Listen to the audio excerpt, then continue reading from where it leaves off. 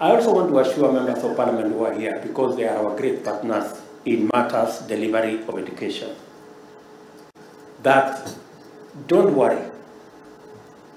The money for you to disburse for bursaries in January will be in the account before the schools open. So you don't have to. I know there was like a small riot the other day. And Osoro ran into trouble with some people. Yeah. So, but I want to assure members that we will make sure that there are resources for our children to go to school.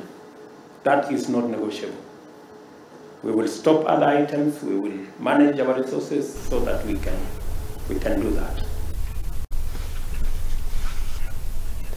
Kogene ate family itanyiheire 30